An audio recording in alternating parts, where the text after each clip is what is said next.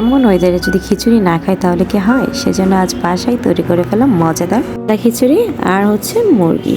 তো এই খিচুড়িটা আমি একটা মাটির হাঁড়িতে সার্ভ করেছি যাতে দেখতে একটু সুন্দর লাগে। তাহলে চলুন দেখে নেওয়া যাক এর প্রস্তুত প্রণালী। বাসায় যেহেতু গ্যাস ছিল না সেজন্য একটা রাইস কুকার নিয়ে নিয়েছি।